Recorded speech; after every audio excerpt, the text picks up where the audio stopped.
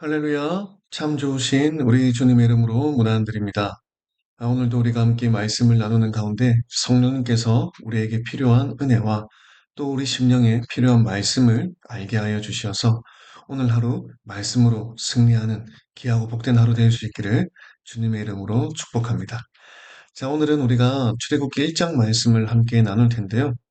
어, 어제 출애굽기 개관에 이어서 이제 본격적으로 말씀을 살펴보도록 하겠습니다. 말씀을 살펴보기에 앞서서 출애굽기는 우리 창세기 말씀과 연결해서 볼 수 있는 책이라고 말씀을 드렸습니다.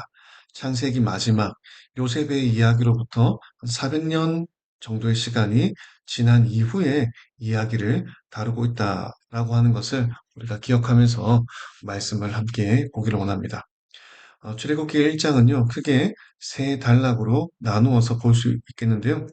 1절부터 7절까지 어, 초기 애굽 이주자들의 명단은 이러하다라고 하면서 야곱의 아들들의 이름을 이렇게 나열합니다.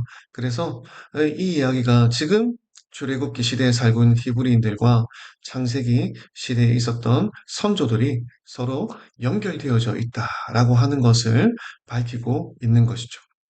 그리고 나서 8절과 14절 애굽 사람들이 히브리인들을 억압하기 시작하였다.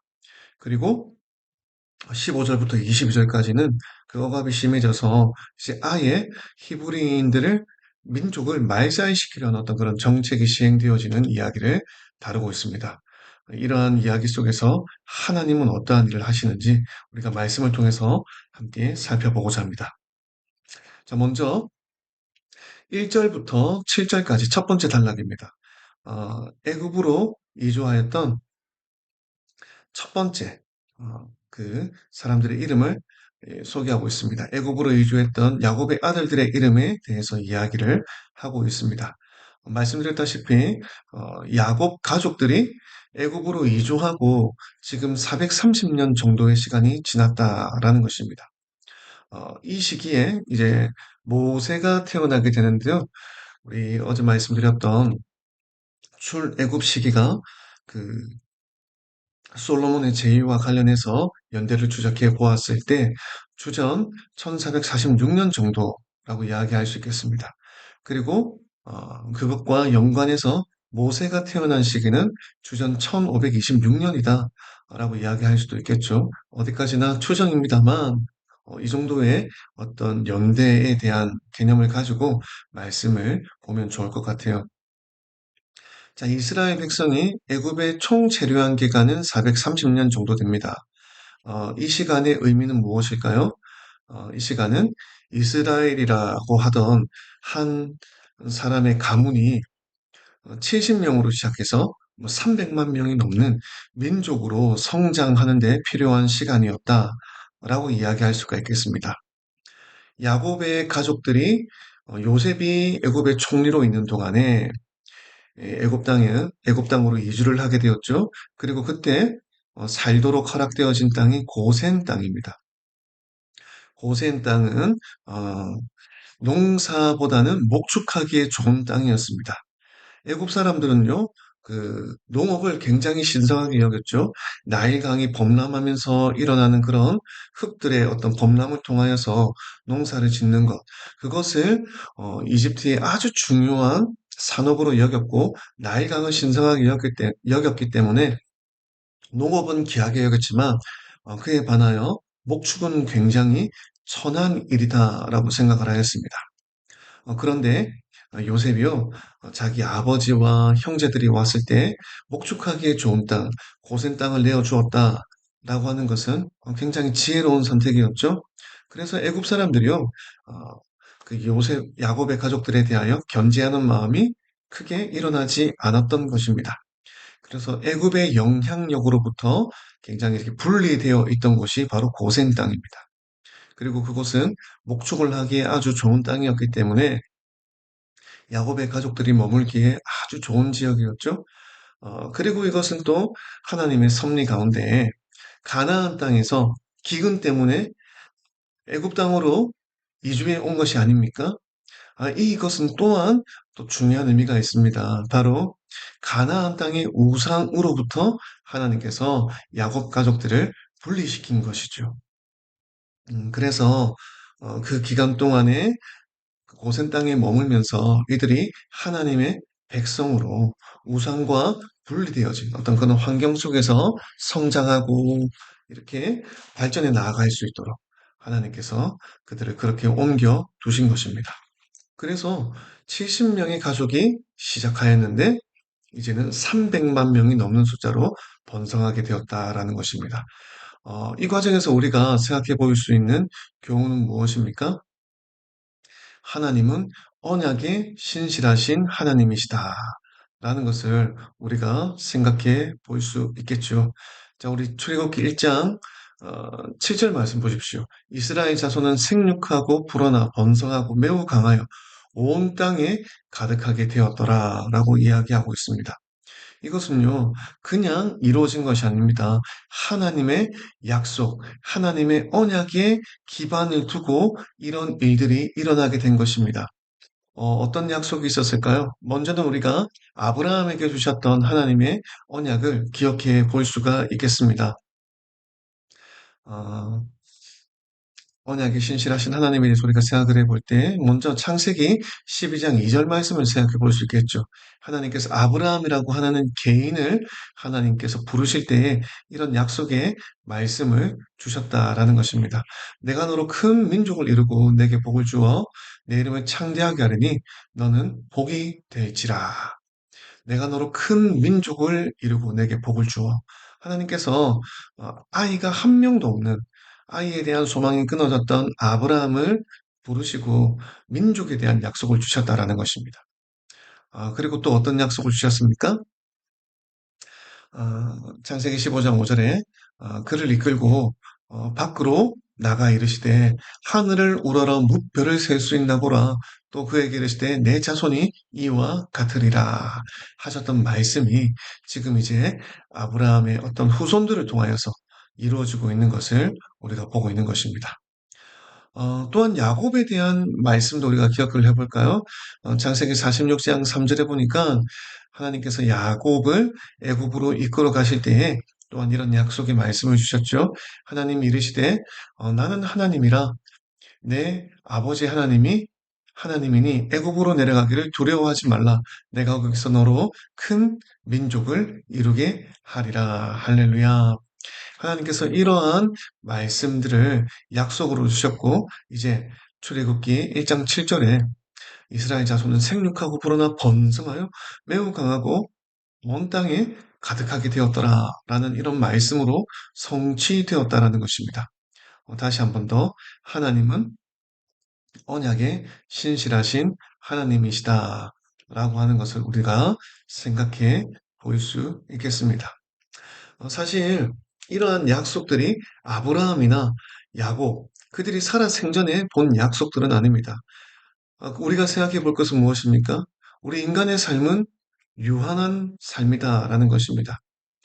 우리의 생애에 어떤 일이 이루어지지 않고 성취되지 않는다라고 생각할 수도 있겠죠. 하지만 하나님께서는 우리의 유한한 어떤 모습, 그리고 우리의 어떤 한계, 이런 것들이 하나님 앞에서는 문제가 되지 않으신다라는 것입니다. 하나님은 무한하신 영역에서 우리에게 약속하신 것을 그 하나님의 때에 이루어 가시는 분이시다라는 것입니다. 어, 아브라함과 야곱, 그리고 이스라엘 민족에게 그러하셨다면 우리 민족에게도 동일하게 하나님께서 일을 하시겠죠? 우리 민족에게도 하나님께서 어, 우리가 많은 믿음의 사람들이 믿는 바 통일한국의 비전을 주셨음을 믿습니다. 그리고 그 통일한국의 비전을 넘어서 선교한국의 과업까지도 우리에게 주신 줄로 믿습니다. 이것을 설령 우리 시대에 보지 못한다 할지라도 다음 세대를 통하여서 이러한 비전이 성취될 것을 우리가 믿으며 기대할 수가 있는 것이겠죠. 430년이라는 시간이 지났습니다. 이게 우리가 만일에 그런 히브리 민족이었다. 이런 약속을 우리가 마음에 가지고 살아가는 민족이었다. 그렇게 생각한다면 매우 길고 고된 시간, 그 인내가 필요한 시간일 수 있겠습니다. 어떤 때는 그런 생각도 들 수 있겠죠. 하나님께서 우리를 잊어버리셨나? 이런 약속을 잊어버리셨나? 좀 이런 생각이 들 수도 있을 것 같습니다. 그러나 어, 요셉이 애굽으로 들어갈 당시 한번 상황을 생각해 보면은 그것도 하나님의 은혜 가운데 요셉이 애굽으로 들어가서 총리가 될 수 있었죠. 애굽이 요셉이 애굽에 있을 당시에는요, 애굽은 힉소스라고 하는 셈족 계열의 민족이 왕조를 이루고 있었습니다. 왕권을 잡고 있었다라는 것입니다. 그래서 이방인이었던 또한 셈족이었던 요셉에게 아주 관대하게 대할 수 있었던 것이겠죠. 그러나 이후에 다시 애굽 본토인이었던 사람들이 왕권을 잡게 됩니다. 그리고 출애굽 당시 시대 배경을 보면 애굽 제18왕조가 세워지게 되는 것을 볼 수 있는데 투트모스 1세의 등장으로 이제 전혀 다른 이제 시대가 펼쳐지게 된 것이죠. 이집트 본토 민족이 왕권을 잡게 되고 이방 민족들에 대하여 이제 탄압하는 정책을 펼쳐지는데 그들 중에 대표적인 민족이 바로 히브리 민족이었다라는 것입니다. 그런 상황 가운데 히브리 민족들은 유대인들은 하나님이 우리를 잊어버리셨나 하는 생각을 할 법도 하죠. 어, 자기 민족의 어떤 정체성에 혼란이 올 수도 있었다라는 것입니다. 그래서 우리 스스로 자기들 스스로 생각할 때, 우리는 하나님께 잊혀졌고, 우리는 이제, 이집트의 노예로 살아갈 수밖에 없구나라고 생각할 만한 어떤 그런 시간적인 어떤 간격이 존재했다라는 것입니다. 그러나 하지만 이 시간은요, 하나님의 도우심과 보호하심이 너무나 뚜렷하게 드러나게 되는 그런 시간이었다는 것입니다. 출애굽기 1장 7절, 그들이 번성하고 큰 민족을 이루게 된 것은 하나님의 보호하심과 도우심을 더 생각해 볼 수 있는 그런 말씀이라는 것입니다. 특별히 하나님께서는요, 사람을 창조하시고 복을 주시면서 이 땅에 생육하고 번성하여 땅에 충만하라, 땅을 정복하라, 바다의 물고기와 하늘의 새와 땅에 움직이는 모든 생물들을 다스리라라고 하는 비전을 우리 사람에게 주셨습니다.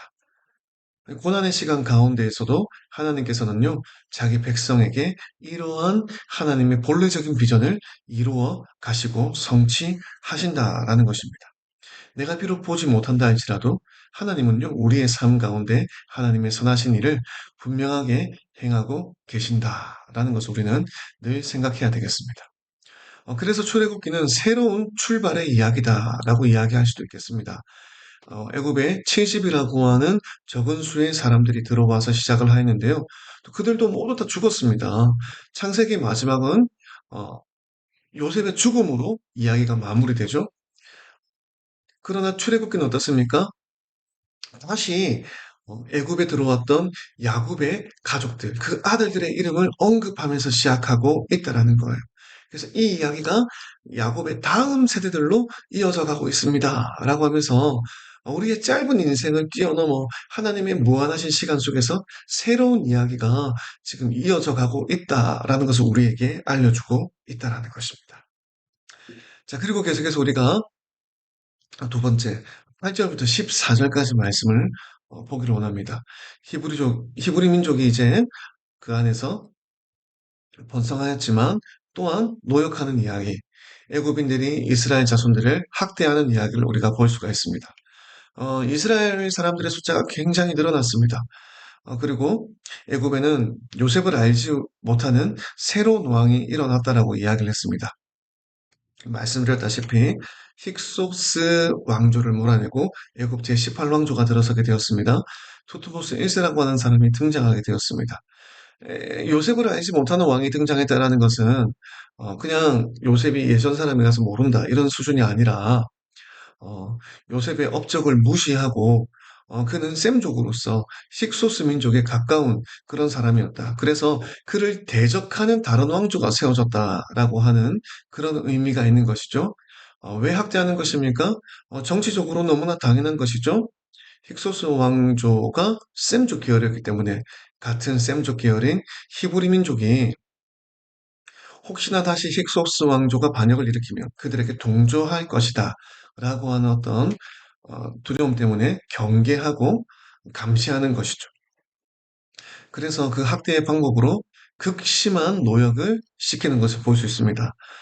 현재 이집트에 가면은 피라미드라든지 스핑크스라든지 하는 어마어마한 노동력이 필요한 그런 건축물들이 남아 있습니다. 이런 것들을 위하여 아마 히브리 민족들이 노예로서 투입되지 않았을까 우리가 생각을 해볼 수도 있는 것이죠. 그리고 또 아주 어려운 노역들, 어, 1장 14절에 보니까 어려운 노동으로 그들의 생활을 괴롭게 하니 곧 흙 이기기와 벽돌 굽기와 농사의 여러 가지 일이라 그 시키는 일이 모두 엄하였더라 라고 이야기를 하고 있습니다. 자, 이런 어려운 노역들을 많이 시켰었다라는 것입니다. 어, 농사가 중요한 산업이다라고 이야기했죠. 그 농사를 위하여 많은 노동력이 필요하지 않겠습니까? 그 모든 노동력들을 히브리 민족들에게 집중시키며 그들을 괴롭게 하였다라는 것이죠. 왜 그렇습니까? 히브리 민족이 너무 번성하니까요. 그들을 힘들게 해서 생명을 단축시키고 번성을 막기 위함입니다. 또 반란을 저지하기 위하여 경계하는 것이죠. 또 어, 애굽인들의 발전을 위하여 노예로 삼아서 그들의 노동력을 착취하는 그런 일들을 하고 있는 것입니다. 그래서 이런 일들이 일어나고 있는 것입니다. 자, 근데 이 학대의 표면적인 이유를 보면 정치적인 이유지만 본질적인 이유를 보면 마귀의 책량이 있었다라고 우리가 이해할 수가 있겠죠. 하나님의 계획을 방해하려는 사탄 마귀의 그런 방해가 있다라는 것입니다. 마귀는요, 항상 하나님의 백성들로 하여금 고난과 핍박, 괴로움을 당하게 하는 것입니다. 그래서 이 부르심을 잊어버리고 살아가게 만든다라는 것이죠. 부르심을 따라 살아가기에는 세상이 너무 팍팍하고 힘이 들더라. 이런 생각, 이런 두려움을 계속해서 믿는 사람들의 마음 가운데 심어주려고 하는 것입니다. 이것은 영적인 전쟁이다라는 것을 우리가 기억해야 되겠습니다. 우리가 하나님의 나라의 꿈을 꾸고 그렇게 살아가지 못하게 하려고 하는 마귀의 책량이 있다는 것입니다. 이것은 싸움이기 때문에 우리는 기도하며 이겨 나가야 하는 것입니다. 그러나 이 모든 상황 가운데 하나님의 섭리를 우리는 기억해야 됩니다.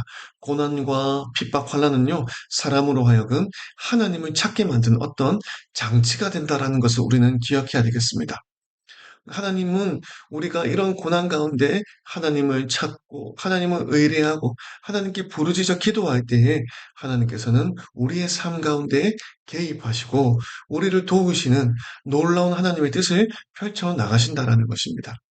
여러분, 우리가 모든 일이 다 잘 되고, 모든 일이 내가 뭐 손대는 것마다 다 잘 될 때는요, 우리 마음이 굉장히 높아집니다. 우리 마음이 자연스럽게 교만해질 수밖에 없는 것이 우리 사람의 섭리인 것이죠. 우리 마음이 다 그렇다라는 것입니다. 근데 반대로요, 우리 삶 가운데 어려움을 겪고 힘든 과정들을 지나온 사람들은요, 자연스레 겸손이라고 하는 것을 배우게 된다라는 것입니다. 그래서 이 고난과 환난은요, 사실 하나님을 찾게 만드는 방편이기 때문에 축복의 또 다른 이름이 될 수 있다라고 하는 것을 우리는 늘 기억해야 되겠습니다. 그리고 계속해서 세 번째 단락, 15절부터 22절, 히브리인 말살 계획과 또 그 가운데 일어난 하나님의 보호하심에 대해서 우리가 생각을 해볼 수가 있겠습니다. 자, 바로는 이제 드디어 무서운 명령을 내립니다. 그들이 계속해서 번성함을 보며 히브리 산파 두 사람, 십부라와 그리고 부하라고 하는 사람을 불러서 명령을 내립니다. 너희는 히브리 여인을 위하여 해산을 도와라. 히브리 산파니까요. 그리고 그 자리를 살펴 아들이거든 그를 죽이고 딸이거든 살려두어라 라고 이야기를 합니다. 자, 아들은 번성할 수 있는 어떤 수단이 되니까요. 다 죽이고 여자는 노동력이 되니까 살려두라라고 하는 것이죠. 그래서 히브리 산파 십부라와 부하 이 두 사람에게 이 일을 맡긴 거예요. 그래서 히브리인들을 말살시킬 계획을 세웠습니다. 그러나 이 두 산파는요. 하나님을 두려워하였습니다. 하나님을 두려워하였다는 것입니다. 그들의 상황을 생각해 보면 굉장히 놀라운 일이죠. 그들도 오랜 시간 노예로 살았습니다. 그러나 하나님 앞에서 내가 이런 일을 할 수 없다. 바로의 명령보다 하나님을 더욱더 두려워하는 마음을 간직하고 있었다라고 하는 것은 굉장히 놀라운 일이죠. 눈앞에 지금 목숨에 목숨줄을 쥐고 있는 생사권을 쥐고 있는 바로가 있는데 그 바로 앞에서도 하나님을 경외하는 마음을 버리지 않았다라고 하는 것은 굉장히 중요한 이야기입니다. 여러분, 그래서 결국 이 히브리 산파가 여호와를 두려워하는 마음, 여호와를 경외하는 마음을 가졌기 때문에 모세라고 하는 민족의 지도자가 탄생할 수 있는 어떤 통로가 되었다라는 것을 우리가 기억해야 되겠습니다. 그렇다면 우리도 이 시대에 이런 영적인 산파가 되어야 되겠다라는 그런 생각을 해보게 됩니다. 그래서 우리를 통하여서 우리 민족을 하나님 앞에 회복시킬 민족의 지도자가 일어나게 되는 것을 우리가 마음 가운데 손해야 되겠죠. 우리의 생기가 위협되어진 어떤 그런 상황 속에서도 우리는 하나님을 경외하는 마음을 놓치지 않아야 되겠습니다. 세상의 어떤 핍박과 또 그리고 또 타협 속에서도 우리는 여호와를 경외하는 마음을 먼저 가지고 또한 우리 어, 하나님 앞에 민족의 지도자가 세워 나갈 수 있게 되기를 우리는 마음에 소원을 가져야 되겠습니다. 여러분 보십시오. 그러나 산파들은 하나님을 두려워하여 애굽 왕의 명령을 어기고 남자 아기들을 살린지라. 그렇습니다. 여러분 이것을 우리는 늘 기억해야 됩니다. 사탄은요 늘 하나님의 백성을 핍박하고 특별히 다음 세대를 멸망시킬 계획을 가지고 있다라고 하는 것입니다. 이 바로가 그랬지요. 그래서 유대인들 가운데 남자아이를 다 죽임으로 인해서 다음 세대에 대한 멸절 계획을 세웠던 것을 기억해야 됩니다. 그리고 또한 에스더 시대에 하만이라고 하는 사람 역시 어, 유대인들을 멸절시킬 계획을 세웠죠.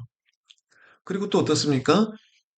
예수님 시대에도 헤롯 대왕이 2살 이하의 어린아이를 다 죽임으로 다음 세대를 멸절시킬 계획을 세웠다라는 것입니다. 그리고 또 제2차 세계대전 히틀러라고 하는 사람 역시 유대인들을 다 이 땅에서 없애버릴 계획을 세웠죠. 항상 사탄은요, 하나님의 백성을 멸절시키고 특별히 다음 세대가 일어나지 못하게 하려고 늘 핍박을 한다라는 것입니다. 그러나 여러분들, 우리는 하나님을 경외하는 마음으로 살아갈 때 하나님께서 그러한 핍박의 상황 가운데서도 자기 백성을 보호하시고 더 풍성한 생명으로 이어가시는 것을 우리는 볼 수가 있습니다. 하나님은요, 세상의 위협 가운데서도 자기 백성을 보호하시는 분이라는 것입니다. 출애굽기 1장 20절에 보십시다. 하나님이 그 산파들에게 은혜를 베푸시니 그 백성은 번성하고 매우 강해지니라. 할렐루야. 바로의 핍박 가운데서도 히브리 민족은 더 강해졌다라는 것입니다. 그리고 하나님을 경외하는 그 산파들의 집을 하나님께서 더욱더 풍성하게 하시고 그들의 집안을 더욱더 흥왕하게 하시는 것을 말씀 가운데 볼 수가 있습니다. 그래서 지금 이 상황이 어떤 상황입니까? 바로가 그런 히브리 산파들을 더욱더 이렇게 막 쪼으면서 아들이 태어나거든. 너희가 직접 죽일 수 없으면 다 나일 강에 던져버려라 라고 이야기하죠. 그래서 이런 배경 속에서 모세가 탄생하게 되는 어떤 그런 일들이 있었다라는 것입니다. 자, 오늘 말씀을 통해서 우리가 생각해 보시는 것은 무엇입니까? 첫 번째, 하나님은 언약에 신실하신 분이시다. 자신이 약속하신 것을 시간이 지나도 반드시 지키시는 분이시다라는 것을 우리가 믿음 가운데 확신할 수 있습니다. 우리 세대가 아니더라도 다음 세대를 통하여서 하나님의 선하신 때에 반드시 그 약속을 성취하시는 분이심을 믿으시기를 주님의 이름으로 축복합니다. 내 아들들, 또 내 아들의 아들들을 통하여서 하나님의 선하신 일들이 이루어지게 되는 것입니다. 또 두 번째로 고통 가운데 우리가 지금 살고 있다 할지라도 하나님은 여전히 우리를 위하여 일하고 계신다라는 것입니다. 어두운 시간을 지나가고 있을 때 우리는 해야 될 것은 부르짖어 기도하는 것이죠. 하나님을 우리의 삶 가운데 초청하고 개입하시도록 하는 것입니다.